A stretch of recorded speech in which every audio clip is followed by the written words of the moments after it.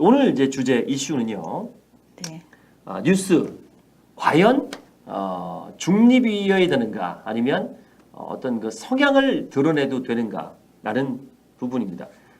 어떤 면에서는요 우리가 그냥 암묵적으로 알고 있는 것이 이제 JTBC의 뉴스룸 같은 경우에는 보는 시청자가 그래서 그런가요? 뭐 그런 고정관념이 그쪽은 좀 진보 뉴스 채널이다라고 생각을 하는 경우가 좀 있거든요. 근데 이번에 그 TV조선의 앵커가 바뀌었지 않습니까?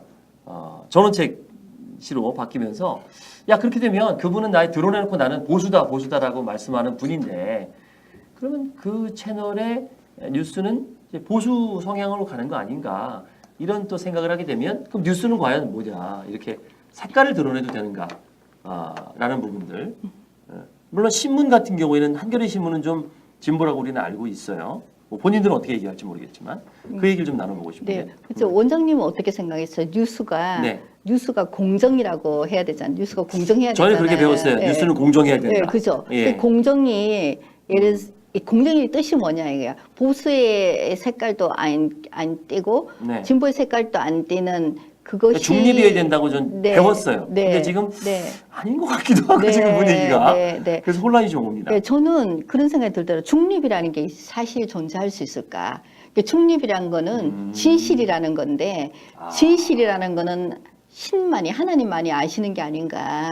저도 그런 얘기해요. 스피치 할 때. 네. 그런 얘기 많이 하죠. 객관적으로 내가 뭐냐면 당신이 말하는 순간 그건 객관적인 게 아니다. 세상에 어떻게 객관적인 것이냐. 주관적인 거지. 당신의 의견이니까. 근데 많은 사람들이 그러죠.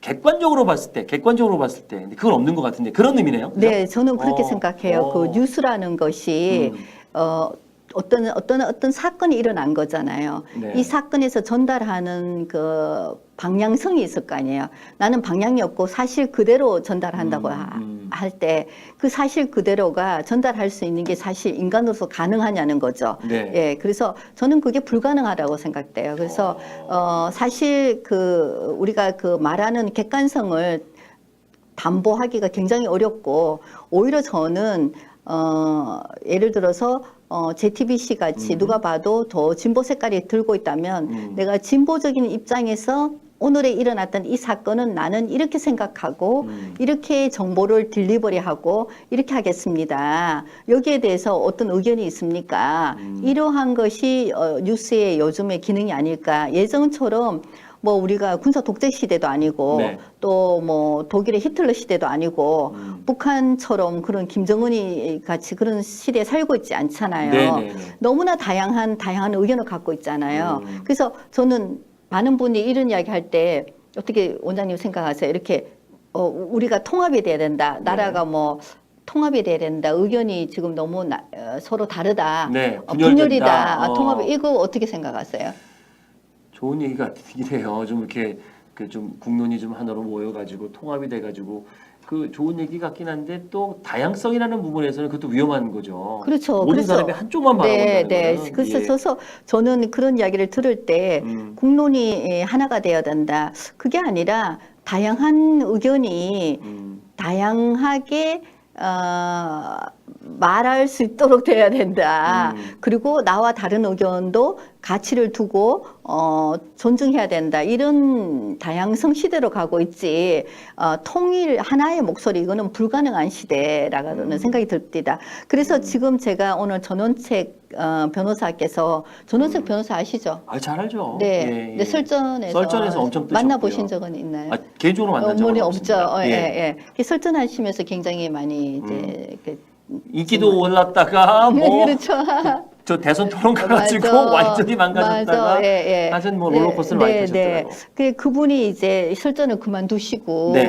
이번 주 월요일부터 TV조선의 9시 뉴스에 이제 메인 앵커를 맡게 되셨어요. 네네. 그 뉴스는 원래 없었던 뉴스인데 7시 30분에 TV조선의 메인 뉴스를 시간대를 9시로 옮기면서 전호책 변호사가 이제 앵커를 맡았는데 TV조선 종합뉴스. 네. 나인. 예, 그렇죠. 네. 나인이라고 이야기하나 나는 구라고 이야기했는데 세련된 사람은 나인으로 이야기하고 예, 그래서 하는데 첫날 시청률보다 둘째 날이 좀 올랐어요. 예.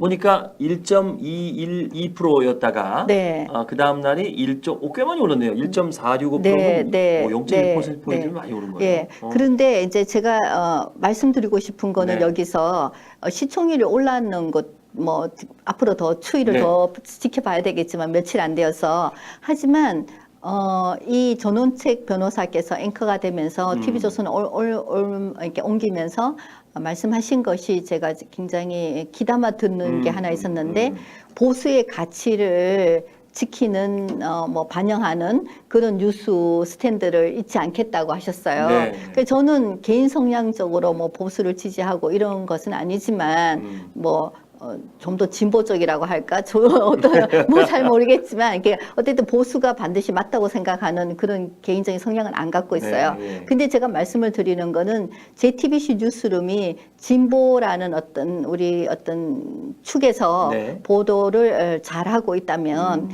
이런 방송도 굉장히 필요하겠다는 거죠. 그래서 진보의 관점. 그래서 이분이 그날 첫날 뭘 이야기했냐면 문재인 대통령이 미국에 가서 트럼프 대통령을 만났을 때 촛불 혁명으로 뭐 우리가 대선을 치렀고 대통령이 되었고 이런 어떤 배경을 좀 설명하신 것을 예. 언급하면서 예. 왜 촛불 혁명이라고 자꾸 이야기하냐. 그래서 그 말이 그러니까 촛불 우리가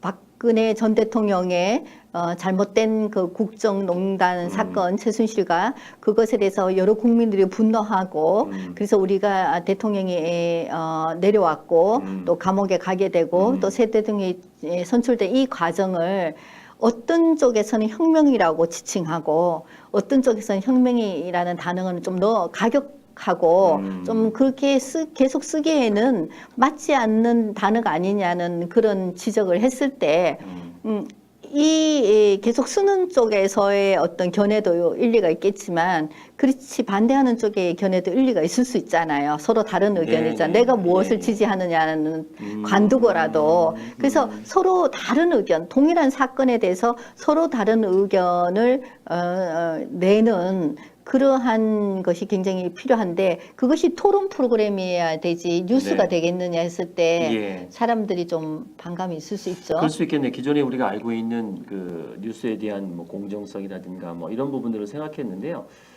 얘기를 들어보니까 진정한 공정은 없는 것 같아요. 그 시각인 거죠. 사람들이 시각이 다른 부분에 대해서는 이것도 인정을 하는 거죠. 아, 뉴스가 이렇게 진보와 보수로 나눌 수 있다는 것 자체도 우리가 인정을 해야 되는 시대가 온 거 아닌가. 네, 그래서 시각이 뉴스의 보도의 시각은 다를 수 있지만 시각이 다르다고 해서 사실을 왜곡시키면 안 되는 팩트는 거죠. 바뀌면 안 되죠. 네. 그래서 예를 들어서 문재인 대통령이 미국에 가서 촛불 혁명이라는 어떤 단어를 언급하지 않았는데 했다고 우기는 거는 잘못됐는 거고 만약에 그 우긴다면 그러니까 팩트에 손상 없이 내가 볼 때 난 그거 있잖아요. 제가 오늘 이 옷을 입었어요.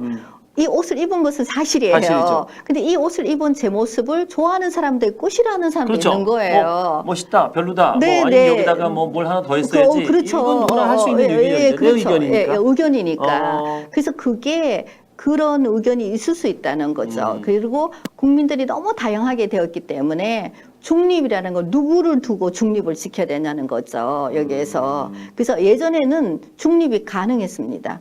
왜냐하면 전체적으로 우리가 군사 독재 시대 같은 데는 다양한 목소리를 내기가 어려웠던 그 전에는 일제 시대였고 우리가 강압 속에 살고 있었고 그렇기 때문에 우리가 좀 그런데 묻혀 있을 수도 있는데 공정이라는 것은 누구를 기준으로 해서 공정인가 사실을 왜곡하지 않은 상태에서 내가 보는 시각적으로 오늘에 일어났던 일들을 다루어 보고 그것을 나누어 보는 또 전달도 정보도 전달하는 것도 뉴스로서의 새로운 기능이 아닐까 우리나라에서도 그런 생각이 들더라고요. 시청률을 조사하시는 대표님 입장에서는 그 각 뉴스마다 시청률도 어떻게 보면 민심이 될 수도 있겠다 그런 생각도 드는데요. 그렇죠. 뉴스의 색깔들이 좀 다르면. 네. 그래서 우리가 뉴스의 시청률을 절대적으로 비교하는 것보다는 지금은 그 채널마다 성향이 있기 때문에 KBS 1의 성향이 있고요.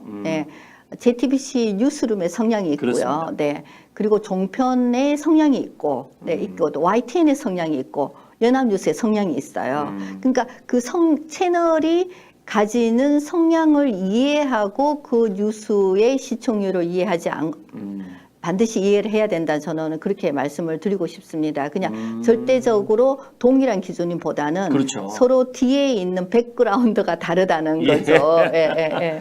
야, 이거 재밌겠는데 이게 각 연령대 우리가 시청률 조사도 하잖아요. 네. 그러면 이제 채널별로 그런 성향이나 색깔들이 조금 이게 우리가 인정이 된다면 사람들도 공통적으로 그걸 인정한다면 이 또 이렇게 갈리겠구나라는 걸 또 읽어낼 수 있는 것도 그렇죠. 시청률이 아닌가 네. 싶어서 시청률은 공부하면 공부할수록 배우면 배울수록 참 놀랍다라는 생각이 듭니다. 그렇죠. 제가 계속 말씀드리지만 예. 시청률 조사라는 것은 시청률 퍼센테이지를 조사하는 게 아니라 여러분들이 이해하기 쉬우라고 시청률 조사라고 하지만 사실은 시청자 반응 조사다.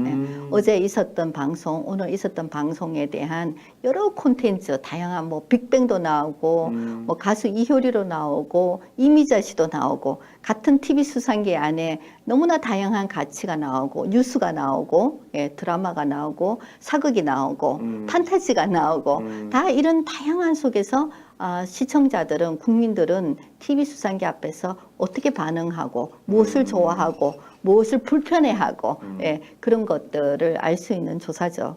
네, 요즘은 데이터 시대라고 합니다. 빅데이터. 이것도 하나의 빅데이터 중에 하나인데요. 이런 데이터를 잘 분석하고 이게 미래를 내다보려고 하는 거잖아요. 과거는 이랬고 현재는 이랬으니까 미래는 더 행복하고 더 많은 사람과 소통하고 또 즐겁고 행복하게 살기 위한 데이터인 것 같은데요. 계속해서 저희도 이런 데이터를 잘 분석하고 여러분의 트렌드 나도 모르는 트렌드 알려드리도록 하겠습니다. 오늘도 즐거운 또 이야기, 또 의미 있는 이야기 해주셔서 감사드립니다. 네, 감사합니다, 다음에 뵙겠습니다. 원장님. 네, 예, 감사합니다. 고맙습니다.